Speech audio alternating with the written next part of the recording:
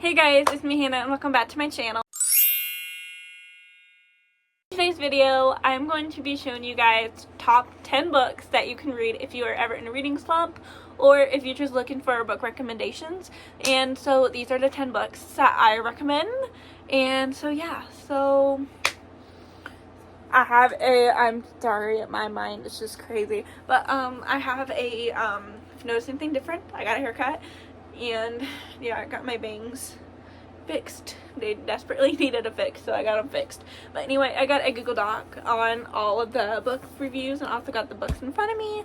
And some of the books that we're going to be reading are classics. Some of them are books that you probably never heard before, because I think there's one book in here that you guys probably haven't heard before that I highly recommend reading. So yeah, so without further ado, let's get started. Okay, so the first book that I recommend you reading is, of course, this is a classic. I mean, I don't think I've ever met anyone who has never read this book, and that book is Anne of Green Gables. Like, I love Anne of Green Gables. Like, it's my favorite book. Like, it's my favorite book that I read when I was in middle school, and so it's so good.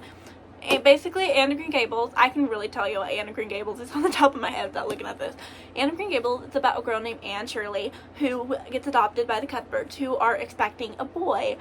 But instead of getting a boy, they get a girl, which is Anne Shirley, and she moves to Avonlea, which is Prince Edward Island, Canada. And she starts school, she meets a friend named Diana, then she meets Gilbert Blythe, who is cute if you watched Anne with me.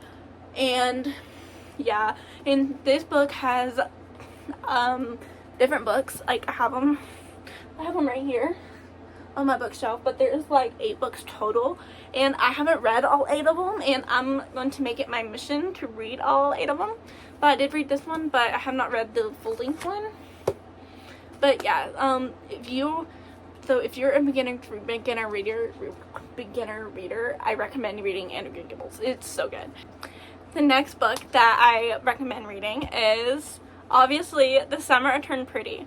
Like, I love The Summer It Turned Pretty. Like, this is literally my favorite book, and it's my comfort book. Like, literally, it's so good. So basically, The Summer It Turned Pretty, I can also tell you this by the top of my head, like Anne of Green Gables, because I've seen the show so much. But The Summer It Turned Pretty is basically about a girl named Belly who goes to Cousins Beach with her mom, and basically she stays at a beach house every year since she was a little baby. And she goes to her mom's friend Susanna's beach house, who has 2 boys, Conrad and Jeremiah. And basically it's like a love triangle between them, and if you love love triangles, I recommend you reading this. Like, this is so good. Like, I feel like this is an easy read for like kids in middle school. And yeah, so this is book number 2. The third book I recommend reading is The Perfect Marriage. I am going to list it right here because I don't have the physical copy of the book. I read this one on my Kindle like last year, in like the winter of last year, and I'm not going to like explain what the book is because I have a video explaining that. I'll put it in the description box. But basically, short stories. I'm going to have to look at this because it's been a while.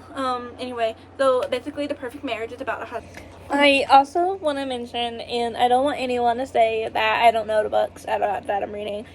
Here's the thing. The reason why I struggle a lot with like trying to figure out what the books are and what they are, I have a hard time comprehending what I read.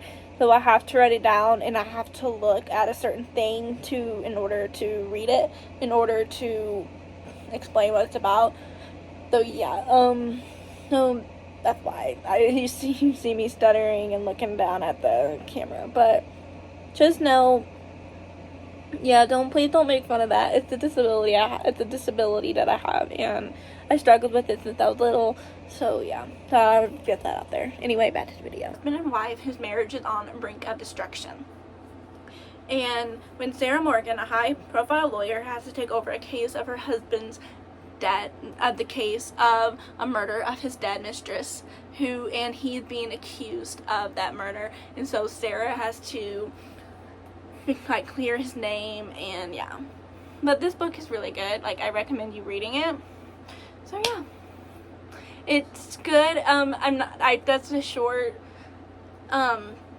summary. I'm not going to list the whole summary because I read it last year and I already did a book review on it. If you want to read it, I'll put it in the description box. But yeah, the fourth book that I recommend reading is Wild Love by Elsie Silver. I keep wanting to say Elsie Fisher. I don't know if it's because of the summer turned pretty, but it's Elsie Silver.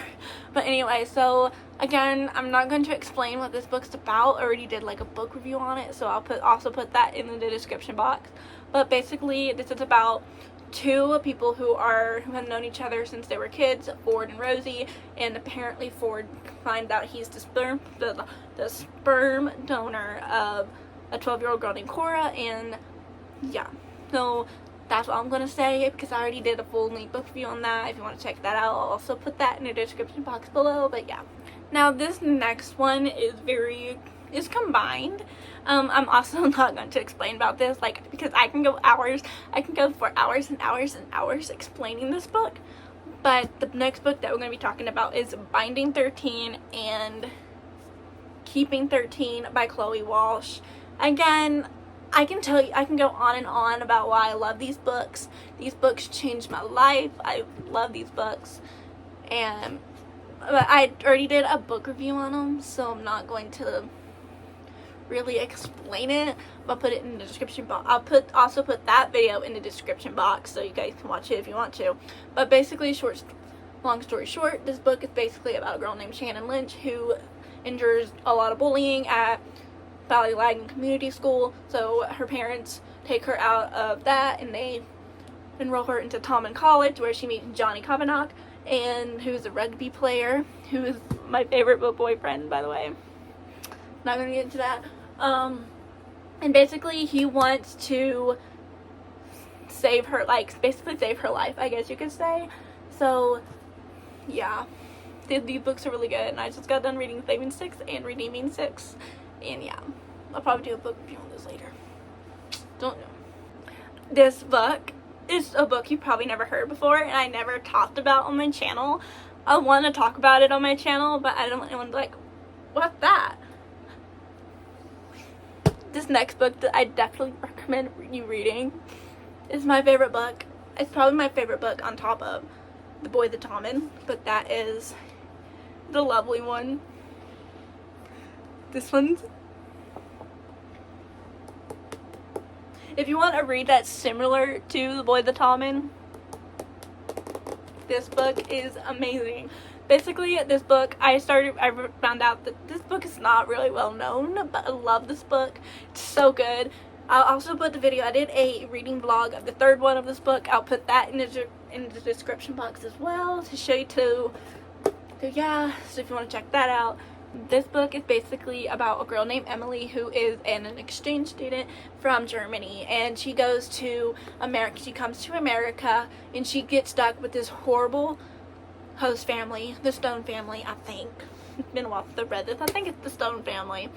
And she basically, they make her into their personal servant and all that, and she gets mistreated, I guess, by the way, how, not like how Shannon was in Binding 13, but basically, Emily was basically being treated as a servant, being treated as a personal servant instead of a human being. So then she meets Paul Shields, who has a crush on her, and he wants to play this superhero, and he basically rescues her from the Stone family, and he takes her into his family, and his family, the Shields family, basically takes her in, and yeah, they just foster her, her as an exchange student. And then again, I can go on and on about this, but this is not related to this. And then she also meets John Denson, who is, I guess you could say he's like Joey Lynch from The Boy the Tommen, like a druggie and all that. But yeah, basically it's basically a love triangle between Emily, Paul, and John. And I'm obviously Team Paul. You can probably tell from that from the reading vlog I did of this. But yeah, if you wanted to read this, I highly recommend checking it out. But you must read this. Believe it or not, this is actually based on an episode story that I love, and I spent countless replays on. I love this author. I love this author. Like, I wish she would come out with book 4. Like, I need book 4 right now. Like, I need it. But yeah, if you were looking for a great read and you're looking for something with a sense of adventure that's sort of like The Boys of Tallman, this one, because if you love Jilly Lynch, you might like John Denson. Just saying. I got choked up for a second. This is what happens when you don't do book reviews without water. But the next book, book number 7, we'll be talking about is, again, I have the book. it's somewhere in my book cart. I don't want to look for it. But I have it. And that is Archer's Voice by Mia Sheridan. Now, I didn't really do a book review on this one. Now, this book I really love. Like, it's so good. But basically, this book, again, I've read this, like, in the fall last year. And I don't know if I did a book. I don't think I did. But anyway, so this book follows Bree Prescott, who comes to Pelion, Maine. I have a hard time trying to say that word. But it's Pelion, Maine, I think. I don't know. After experiencing a traumatic past. And she then seeks comfort and refuge in Archer Hale, who cannot speak after a past injury. So basically, this book's good, but that's basically what the book was throughout. Basically, the connection between Archer and Bree. So yeah, it was really good. It was good. I mean, I recommend you reading it, but but it's not bad. I don't know what I'm saying. It's not bad, but it's also not, yeah. It was had a lot of, yeah. So, yeah. This next book will always have my heart, and I'm going to tell you why. This book, 1,000 Boy Kisses by Tilly Cole. I know Tilly Cole is very controversial. I know, but this book will never, ever, ever, ever, ever be controversial to me. This book tore me to pieces. I think I actually have a Facebook post about this book. I mean, I'll put it here if I can find it. But basically, I ranted about this book on my Facebook page. Like, and all my friends are like, what are you talking about? And I'm like, read it. It's so good. Anyway, so basically, this book follows. I'm gonna have to read this because it's been a while, but I do love this. Like, one time, my college English teacher, actually made us write down a book that we love. I did a whole essay on 1,000 Boy Kisses. Like, literally, I did a whole essay on this. And I'll probably do a whole essay on The Boys of Tallman if I read it then. But I literally did a whole book essay on 1,000 Boy Kisses. Like, that's how good this book is. So good. So good. Anyway, getting off topic. This book is about a girl who meets a boy named Rune when they were just little kids. After being separated, when they got older, Rune comes back and basically, what was that girl's name? Poppy. Yeah, it's been a while. I think I read this like in 2023, but anyway, so then the girl, Poppy, finds out she has cancer, and so she is afraid to tell Rune about the cancer, and then if you read this book, you probably know what heartbreak I'm talking about. It's so good. Oh my god, like, it's so good that I badly annotated it. It's so good. Oh my gosh. This book tore me up. Like, it tore me up. It's so good. I have 2 more books I'm gonna talk about, but this next book is, I have this book as well, because I did a book review on this, but I don't want to find it. It's in my book cart. But that book is Never Lie by Freda McFadden. Now, this book was my first Freda McFadden book that I read, and I liked it. I enjoyed it, and I wanted to read more of her work, but I couldn't really find a book that I liked. But if you have any Freda McFadden recommendations, let me know, because I am looking for more books of hers to read. So yeah. No, anyway, this book follows Ethan and Trista, who are a newlywed couple who is seeking a house. And basically, I already did a book book review on this. I'll put that in the description box, but I am going to tell you guys what this book is about. And basically, Trista finds clips of an old psychologist patient, Adrienne Hale, and apparently she goes missing, and yeah, it's very interesting. It's very gripping. I love it. To me, it gave me the same vibes that Verity gave me. It was really good. Yeah. I'll also put that video in the description box if you want to check it out. Now, the next book that I have, it's the last one, and there's a lot of hate towards this book because I don't know why. It's so good. And I haven't checked out the movies, but I really need to. But anyway, that book is My Fault by Mercedes Ron.